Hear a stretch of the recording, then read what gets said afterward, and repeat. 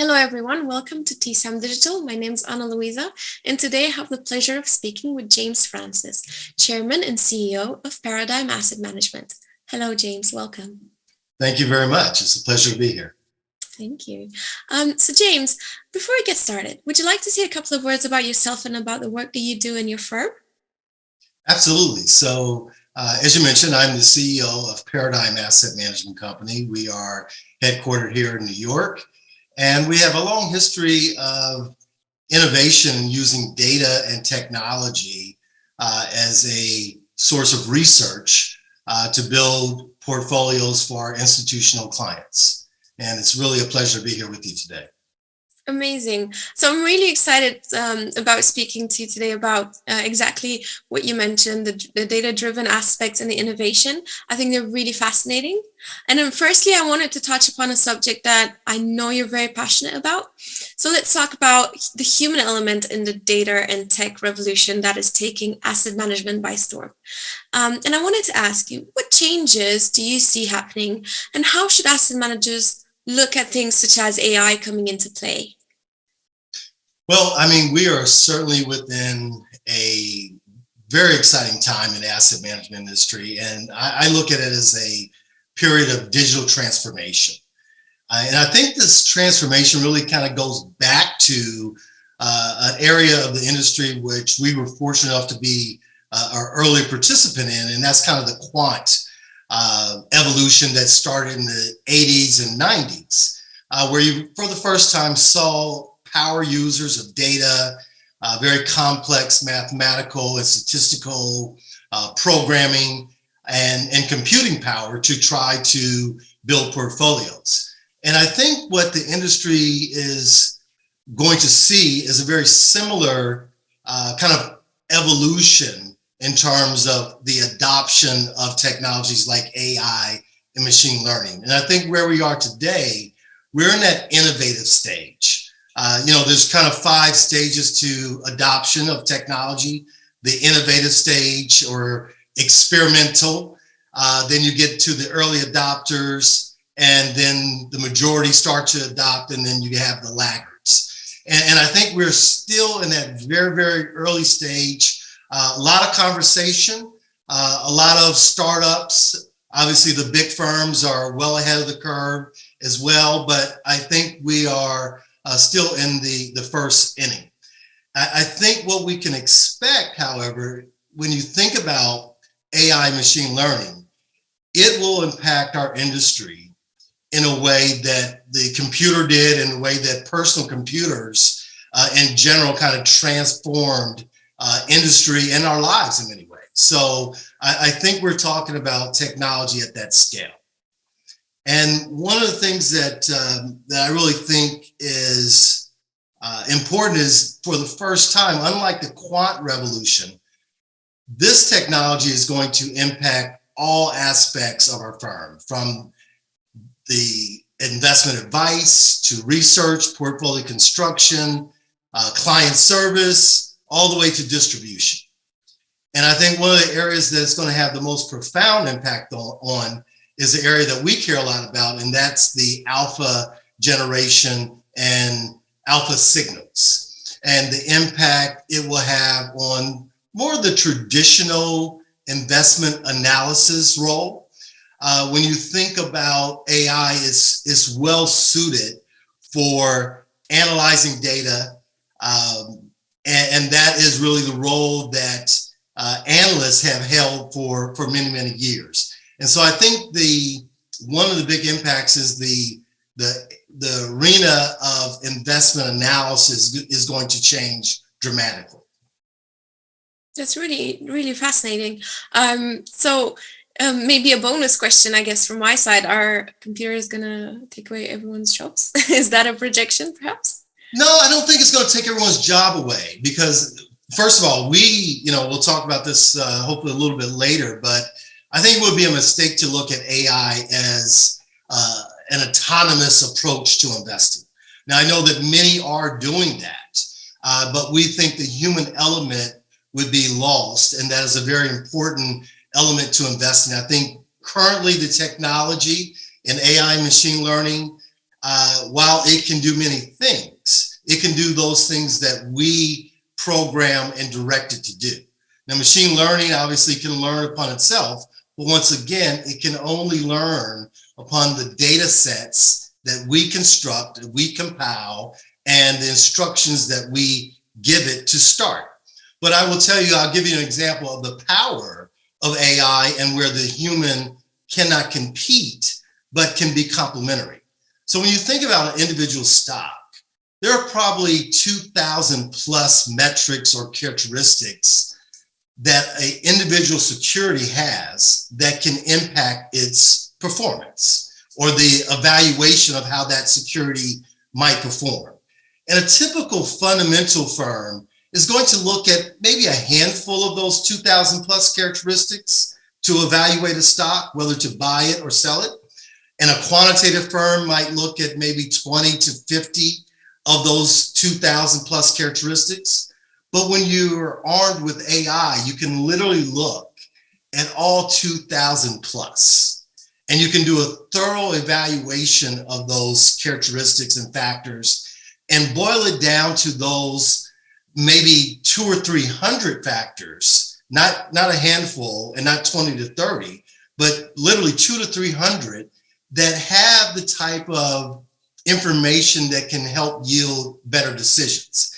And that type of analysis is just beyond it's really more of the not the intellect of the human capability, but the ability for us to stay on task for that long and to keep that many things in our mind.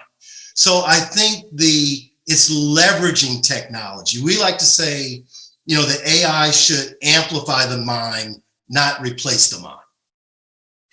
That's really interesting. I'm definitely interested to dig a little bit deeper into that. So I wanted to ask, how are you approaching technology innovation in your firm? And if you can talk about any positive changes you've seen since introducing a data-driven approach? Yeah, without a doubt. And so, let me first say that I think that, not just our firm, but I think many firms are looking at this right now. And I think there's a couple of different ways that organizations will look at integrating AI into what they do. And so, there are a lot of fintech firms out there right now that are promoting the idea of, 100% AI-driven portfolios. And they are trying to sell these wares to asset management firms like Paradigm. And I think that what we have seen by having such a bird's eye view in terms of the growth and development of technology and data in this industry is that it would be, I think it's premature to look at a process that is 100% dependent on AI. The technology is just not there today.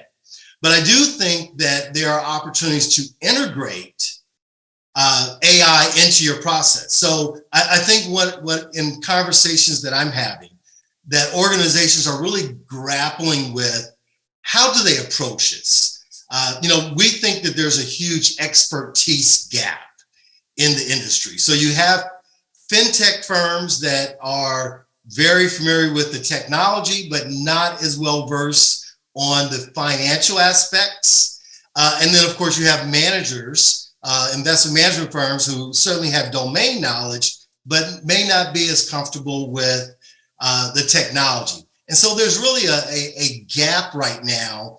And I think the jury's out on, how effective that gap will be closed. Now, as it relates to Paradigm, we have been innovating from day one. A lot of firms talk about always selling. Well, our motto is always innovating. And we don't try to innovate just for the sake of innovating or being innovative. We like to start with, what are the issues or the friction that are facing our clients? And how can we use technology, or what we like to refer to as collective intelligence? How can we use that to solve or address the friction that our clients are facing? And we look at the friction being performance, net of fee after net of fee performance, consistency of performance, selection risk. And so we try to offer products that address that. And the way that we go about innovation, and you kind of touched on it earlier, is we think it's a combination of human expertise, the intuition of the mind. We never want to forego that for the use of technology, but we want to combine that with our domain knowledge and the knowledge of markets that can be gleaned through data. So when you look at FinTech, we look at the domain knowledge, we look at data as providing those algorithms or that intelligence, and then combining it with the tech portion, the innovative software, computing power, to bring together what we look at as more of a three-legged stool within this definition of collective intelligence. So human expertise combined with financial and technology. And that's the way that we look at it. That's the way that we approach it. Thank you so much for giving so much insight, because it's always really exciting to see exactly how it all works, and to sort of see, how is a firm really approaching things from a different perspective. And I think this is quite unique, and our followers will find it really interesting. I did want to bring something else into discussion, which I think you might find interesting, and I wanted to talk about ESG, but Right. obviously it has been at the forefront of asset management discussions lately. But specifically, I wanted to focus more on the S in ESG. And since the pandemic has exposed a lot of systemic social problems throughout the world, what do you think this means, for asset management, but also for you as a business leader? What do social risks, mean and imply for asset management? Sure. Well, I think that, ESG has been around. It's obviously a very, very hot topic today. And I think because of the pandemic, I believe because of George Floyd, because of millenniums, we have seen a increase of focus on the S in ESG. And I think that it is very welcome. It's certainly very welcome by me. But it's also one of the more challenging areas. But I think one of the most important areas, because when you look at the S, you're talking about the human factor. You're looking at how companies treat their employees, how companies fit in with their community. We're looking at gender equality, pay equality, racial equality. And I think that it is being driven by those three dimensions that I mentioned. And I think it's here to stay. Now, the challenge, though, is the data to support social-based decisions. So it is one of the last frontiers of getting public companies to disclose information around pay equity, around racial composition of their senior leadership, what they're doing to develop women and minorities within their organizations. But there's a lot of push, there's a lot of conversation, and I think that these efforts are going to ensure that we see more data transparency as it relates to these issues in the coming years. And I think, when you look at companies that are in the forefront of these I really think there's two very important S's, and they're not the same, both social and sustainability. I think both of those are the most important part of ESG right now to me. And I think that if you get the S right, you also will probably get the E and the G right as well. Because if you're taking care of your people, if you are focused on sustainability, I think by default, you would have to have good policies around the environment as well as governance.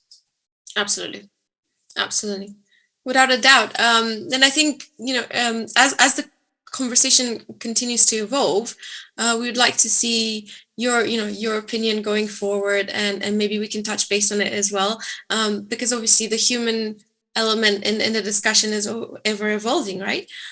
So thank you very much for being with us today, and for sharing your insight, and we hope to see you soon. It's been an absolute pleasure.